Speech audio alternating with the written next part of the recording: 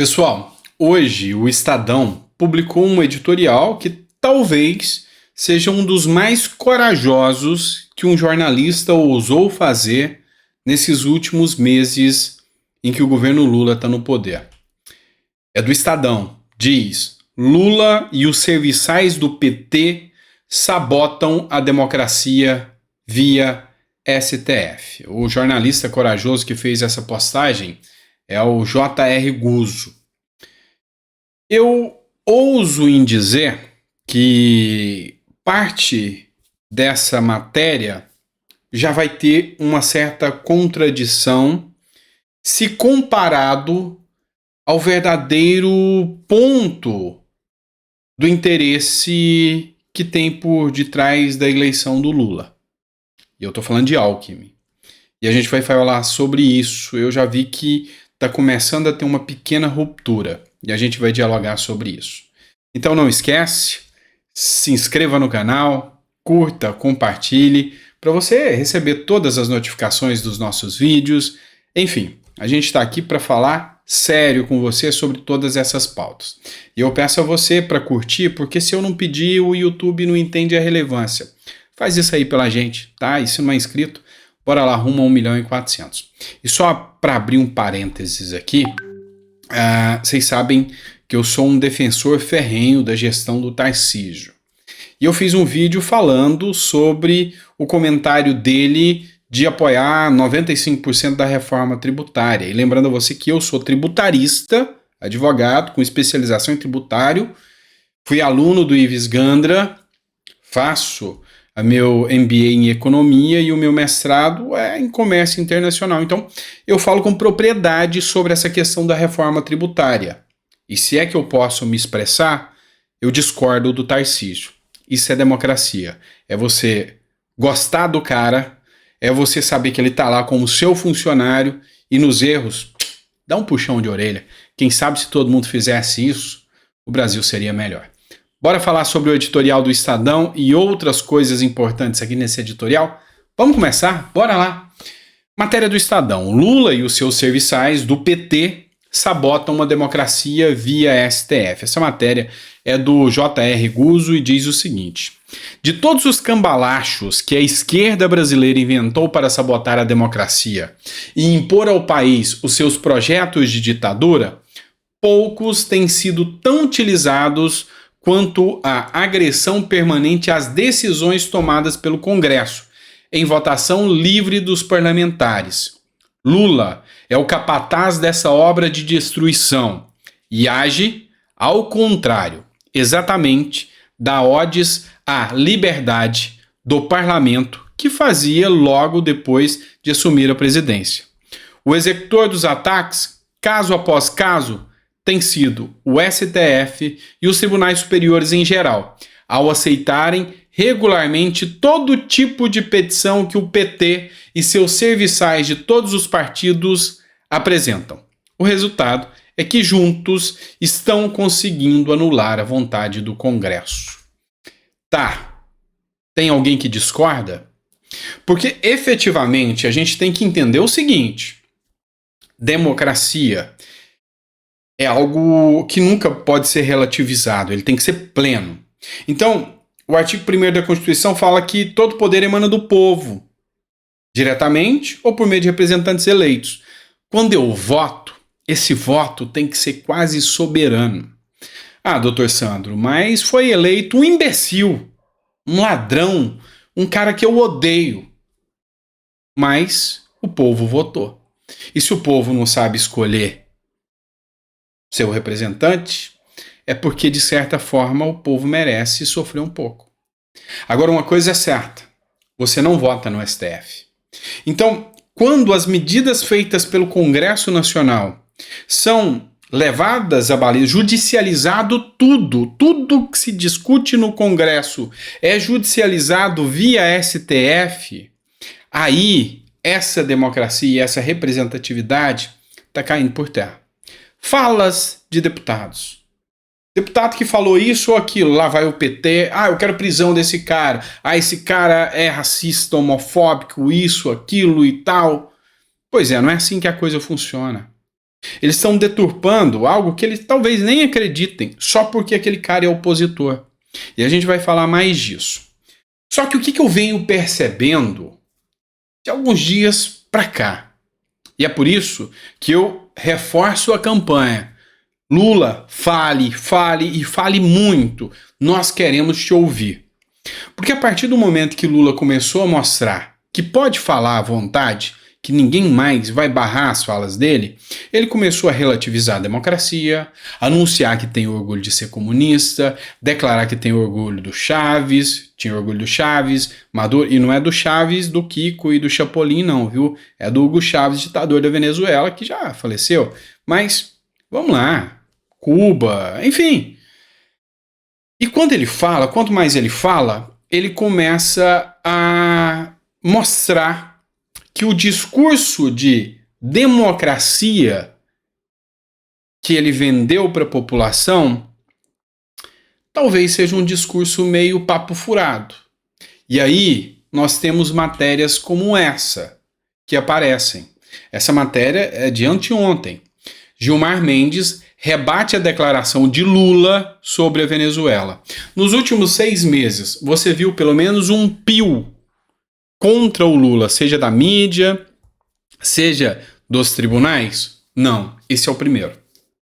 Esse é o primeiro ponto em que o ministro, abertamente, do STF, se opõe a uma fala direta do presidente da República, apontando o dedo e dizendo: você está errado. Não tinha acontecido antes. Essa ruptura, essa subserviência existia entre a vontade do executivo e a vontade do judiciário, começa a ter essa ruptura. E aqui a gente começa a perceber que os sinais já estão sendo dados. Talvez Lula já perdeu o seu prazo de validade. E aí o STF já não está feliz com isso mais. Isso aqui é um exemplo? Você veria em algum momento uma decisão do STF contrária ao esquerdismo petista e favorável aos liberais que querem privatizar tudo aquilo que é ineficiente? Você não veria há 6 meses atrás. Mas agora você vê. Matéria da Revista Oeste. O STF nega a liminar do PT para barrar a privatização da Copel. Nenhum pedido do PT estava sendo negado. Agora já começou. Luiz Roberto Barroso avaliou que o caso não tem urgência apontada pelos petistas. O PT acionou o Supremo Tribunal Federal para tentar impedir a realização da Assembleia Geral dos acionistas da Companhia Paranaense de Energia, Copel. O documento foi assinado pela presidente do partido, Gleisi Hoffmann. O ministro Luiz Roberto Barroso, no entanto, negou o pedido ao Diretório Nacional do PT. A legenda havia ingressado com uma ação direta de inconstitucionalidade contra trechos de uma lei do Paraná que permitia que a Copel fosse transformada em uma empresa de capital disperso, sem acionista controlador, ou seja, privatização. Agora, eu vejo que já é a hora do PT entender que o STF falou, não, agora já é hora de começar a afastar. E a gente vê que o Alckmin também está afastando do discurso. Tanto é que o PSDB falou, olha, PSB, nem pense em ir no Foro de São Paulo. Nem pense em falar que tem orgulho de ser comunista. Nem pense em levantar e brigar pelo discurso do Lula. Ou você viu em um único momento o Alckmin defender o discurso do Lula? Aposto que não. E vamos lá. O discurso de Lula está causando conflitos. Essa matéria é do Antagonista. A venezuelana Maria Corina, que no mesmo dia em que Bolsonaro se tornou inelegível, também se tornou inelegível pelo Conselho de Justiça do governo de Nicolás Maduro, por 15 anos. E olha só o que ela falou. E a repercussão do que ela fala hoje é mundial. Ela está em evidência. Ela é uma perseguida política. E isso dá voz, porque ela é uma perseguida. As pessoas que enfrentam um regime autoritário, as democracias costumam ouvi-la. E aí, qual foi a fala dela? A posição de Lula é inadmissível. Foi o que disse a opositora venezuelana. em entrevista à própria Globo. A Globo está dando voz a quem vai desfazer a narrativa do Lula. A líder opositora venezuelana Maria Corina Machado chamou de inadmissível a posição de Lula em relação à ditadura de Nicolás Maduro no seu país. Você entende que a Globo já começou o afastamento? Tem um editorial que foi publicado que diz o seguinte: Lula pensa que é só a extrema-direita que não concorda com ele sobre Maduro. Tem muita força isso. Não é só a direita. A esquerda inteligente, a esquerda, que realmente tem um fio de democracia nela, também não concorda com isso. E aí, é lógico que Lula vai ficar cada vez mais fraco. E quanto a isso, quanto ao discurso da esquerda, a gente tem que pensar o seguinte: será que a esquerda realmente quer levar um debate a sério? Porque ele tem pautas. A nossa pauta é LGBTQIA+, é a diversidade. A nossa pauta é a defesa dos povos indígenas. A nossa pauta é a defesa dos povos negros, das minorias. Mas será que o debate é um debate para populista, para satisfazer a militância, ou eles querem discutir isso de verdade? Por que eu estou falando isso? Está rolando uma CPI, que é a CPI das ONGs. Eu preciso que você ouça a fala de uma deputada indígena, mulher, que é rechaçada pela esquerda. Mas escuta o que ela fala. E aí você vai entender se eles têm um discurso demagógico ou não. Alguém explora a pobreza da região. Nós não podemos derrubar uma árvore, porque você vai ser multado. Multado por uma multa que vale 10 vezes mais o valor da sua propriedade. Então, aquele ribeirinho, aquele homem da floresta, ele não pode se desenvolver economicamente. Aí ele vai ter que depender da cesta básica.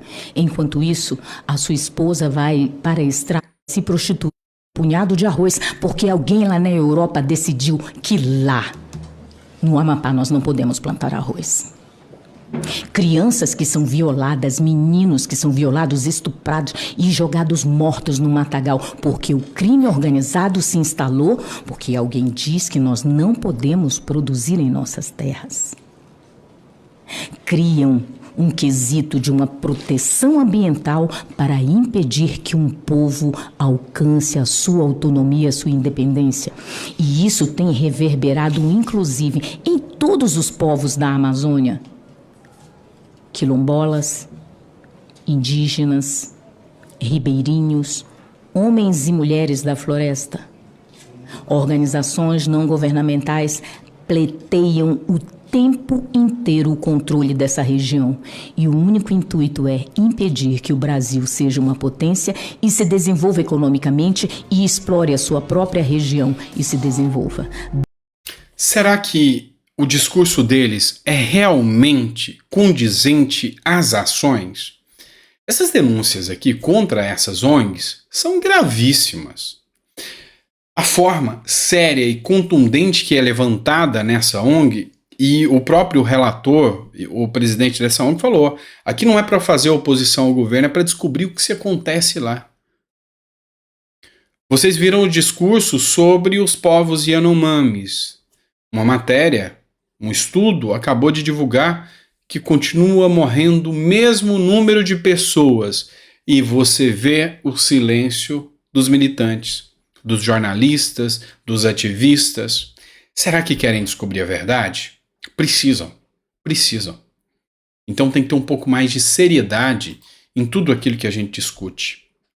Vou trazer uma outra matéria para vocês do Conexão Política. Analisando a estrutura do governo, o Conexão Política, ele alerta que a Daniela Carneiro, que é ministra do Turismo, já está fora do governo Lula, e as fontes ouvidas pelo Jornal Digital já relataram que ela já se despediu do Lula, já está fora, e ela é mais uma ministra do governo que cai, e isso por pressão do Centrão em cima da Daniela Carneiro, em especial pressão do União Brasil.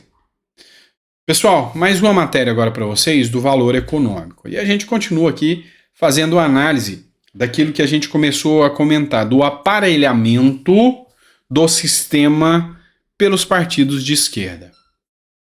Matéria do valor econômico: PT, PV, MDB, PSD, PSOL, PSB, PDT, PCdoB e Rede pedirão a Pacheco investigação sobre Campos Neto.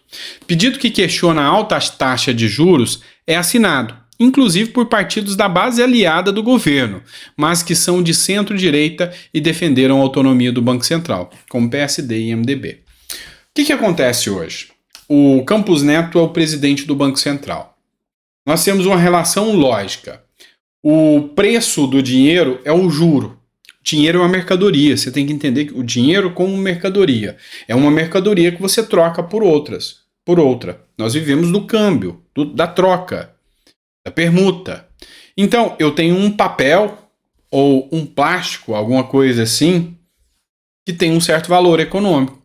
E para que eu não tenha que carregar uma vaca ou uma galinha ou um cesto cheio de ovos para chegar lá na concessionária e trocar em troca de um carro, inventaram o dinheiro, que tem a representatividade do valor dessa vaca.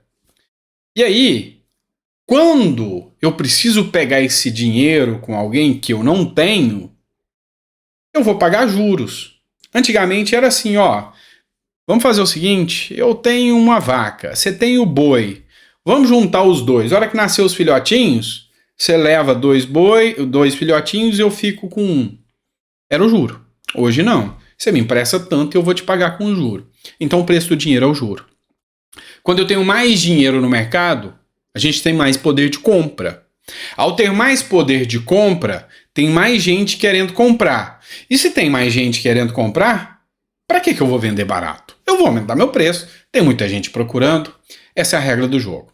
E o Campos Neto, que é o presidente do Banco Central, ele faz o papel de pôr o preço no dinheiro para quê? Para que você não tenha dinheiro demais, e aí tem gente demais querendo comprar, e o preço vai subir. É o controle da inflação. E o Campos Neto foi um gigante em enfrentar toda a fúria petista para não derramar dinheiro no mercado e causar aquela falsa sensação de entorpecente de que o dinheiro está sobrando. E aí sobe a popularidade do Lula. Pois é, o Campos Neto foi quem barrou isso. E agora, essa turma que quer essa popularidade do Lula, porque está se beneficiando por cargos, por emendas, está se beneficiando com ministérios, quer atuar contra o Campos Neto. E o que a gente tem aqui já em vista é a possibilidade da queda do Campos Neto, um pedido de impeachment dele, do Banco Central ou alguma coisa nesse sentido. Ou seja, estão articulando contra ele. E quando a gente fala em uso da máquina pública, eis uma matéria aqui que pegou muita gente de surpresa. Vocês devem lembrar do Pablo Marçal. O Pablo Marçal teve voto suficiente para se tornar deputado federal, mas o TSE não aceitou a candidatura dele. Pablo Marçal é alvo de operação da Polícia Federal por crimes eleitorais. Buscas são realizadas em 2 municípios no interior de São Paulo, apuram falsidade ideológica eleitoral e lavagem de capitais. Então, o Pablo Marçal foi alvo de uma ação da Polícia Federal, essa matéria do Poder 360. Então, será que o Pablo Marçal não fez? Não sei. Não tenho uma vivência negocial e nem pessoal com ele. Pode ter sido, ou pode não ter sido. Não sei, investigação é para isso. Eu só vou fazer uma pergunta para você. Marcos Duval, Gustavo Gayer, enfim, muita gente, né? Pablo Marçal agora. E da esquerda? O Lira, quando confrontou o Lula. E da esquerda? E os deputados da esquerda? Qual foi a última vez que você viu uma notícia em que a Polícia Federal chegou no baculejo? Não tem, né? Não tem. Então, tem uma coisa que se chama princípio da impessoalidade. Ou seja, a Constituição, no artigo 37, colocou 5 artigos. Legalidade, impessoalidade, moralidade, publicidade e eficiência. Esses 5. E nesses 5, ele garante que o poder público não vai usar a máquina para perseguir opositores. E adivinha que tipo de país que faz isso? democracias relativas, como a Venezuela. Essa que o Lula insiste em defender e que a opositora caçada tem que vir se manifestar contra o presidente do nosso país. E aí é difícil não ter críticas em relação a isso. Com toda certeza é difícil não ter críticas. O Pablo Marçal falou que foi vítima de perseguição e, segundo ele só foi perseguido porque ele apoiou o Bolsonaro. Essa matéria do Conexão Política. Pablo Marçal foi alvo de operação da Polícia Federal realizada na quarta-feira, dia 5, e afirmou que se tornou um perseguido político no Brasil. A ação da Polícia Federal investiga crimes de falsidade ideológica eleitoral, apropriação indébita eleitoral e lavagem de dinheiro, ocorridas durante as eleições de 2022, tendo Marçal como o principal investigado. Segundo a Polícia Federal, Marçal e seu sócio fizeram doações milionárias para as campanhas, sendo que grande parte desse valor foi posteriormente direcionada para as empresas de propriedade deles mesmos. Os policiais cumpriram 7 mandados de busca e apreensão na residência dos investigados, na sede das empresas supostamente investigadas. Enfim, não passo a mão na cabeça de ninguém que se tem responsabilidade, que o devido processo legal, com contraditório, com ampla defesa, lhe seja garantido e que ou ele prove a inocência ou a justiça prove a realidade dos fatos. Mas que isso se torne para todos e não só para quem é opositor do governo ou opositor da esquerda. Vamos lá, pessoal. Mais uma pauta que a gente vai trazer para vocês agora. E essa aqui foi publicada pelo Luiz Lima, que é deputado federal. Esse vídeo está viralizando na internet sobre a situação das universidades brasileiras. O Luiz Lima escreveu o seguinte: o plano da esquerda segue se concretizando. Tornar as universidades públicas, as tornando verdadeiros centros de formação de militantes revolucionários, formando uma juventude doutrinada que idolatra ditadores e comunistas.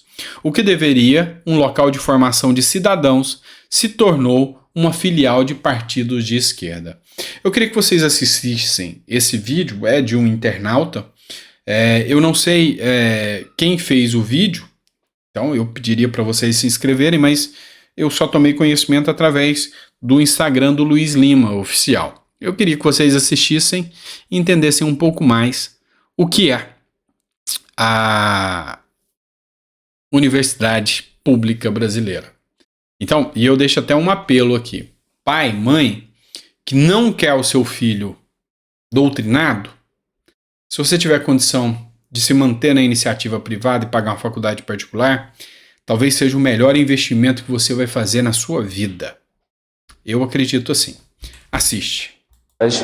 Da Universidade Federal Fluminense. Lula livre, Apologia à Revolução, MST. Olha aí. Pasmem, essa é a porta da sala na Universidade Federal Fluminense. Quem é feminino aqui? Quem pode entrar no banheiro feminino?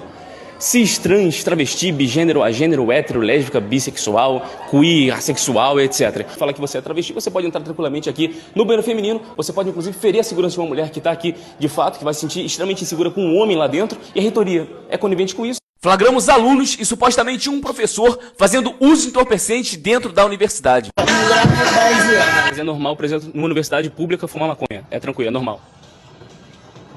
Bom, aí depende de como você vê a maconha. Aí, pessoal, após muitas denúncias, alunos pedindo, chegamos aqui na Universidade Federal Fluminense. Vamos ver como é que está a situação aí dentro. Instituto de Ciências Humanas e Filosofia. Vamos ver se o pessoal está aprendendo muito Aristóteles aí dentro, muito Platão. Ou se o pessoal está aprendendo um outro tipo de filosofia. Se liga aí. Compartilha esse vídeo no Story para que as pessoas saibam dessa realidade. Olha isso aqui, pessoal. Marca isso aqui. Baixo o oportunismo e o revisionismo. Viva o marxismo, leninismo, maoísmo. Defendendo Mao Tse Tung, que matou milhões de pessoas. Ver se isso parece realmente um campo revolucionário, onde os alunos se preparam para fazer revolução, é lamentável. Queimar a viatura, gostoso demais. E uma viatura aqui pegando fogo. Marcha da Maconha, terminal de Niterói. Isso aqui, numa universidade pública. Apologia à droga numa universidade, onde as pessoas tinham que estar estudando. Da Universidade Federal Fluminense. Lula livre, Apologia à Revolução, MST. Enfim, é isso. Aí, essa é minha visão. Se você tiver condição, porque nem todo mundo tem, faça esse investimento. Coloque o seu filho numa universidade privada e ainda assim fique de olho, viu? Porque mesmo na universidade privada, tem muito todes por lá, muita gente que, sabe, tá lá para falar de política e não para falar do curso que seu filho tá lá pagando, ou você tá pagando para o seu filho poder fazer. Essa é uma realidade. Então, não é mentira, é duro você discutir sobre isso, mas é o nível da educação brasileira, e é isso que a gente precisa discutir. Só a educação salva uma nação e uma educação de qualidade. Então, tem coisa errada nessa história, tá bom? Obrigado por ter ficado até o final, espero que você tenha gostado do nosso editorial. Amanhã às 9 horas a gente volta com mais um bate-papo desse para você. Espero que você realmente esteja apreciando a forma que a gente traz os nossos conteúdos. A gente tenta sempre trazer pautas sérias para vocês, citando as fontes, discutindo o nosso ponto de vista para a evolução social. E sempre sem qualquer tipo de viés de animosidade, a gente está aqui para discutir democracia. E é assim que é a coisa bela da democracia. Você poder falar, ouvir, e assim, o que a direita faz de errado, a esquerda vai debater. E o que a esquerda faz de errado, a direita debate. Democracia é isso. O que não é democracia é quando se calam os opositores, como faz Maduro. Grande abraço, fica com Deus. Até amanhã, hein?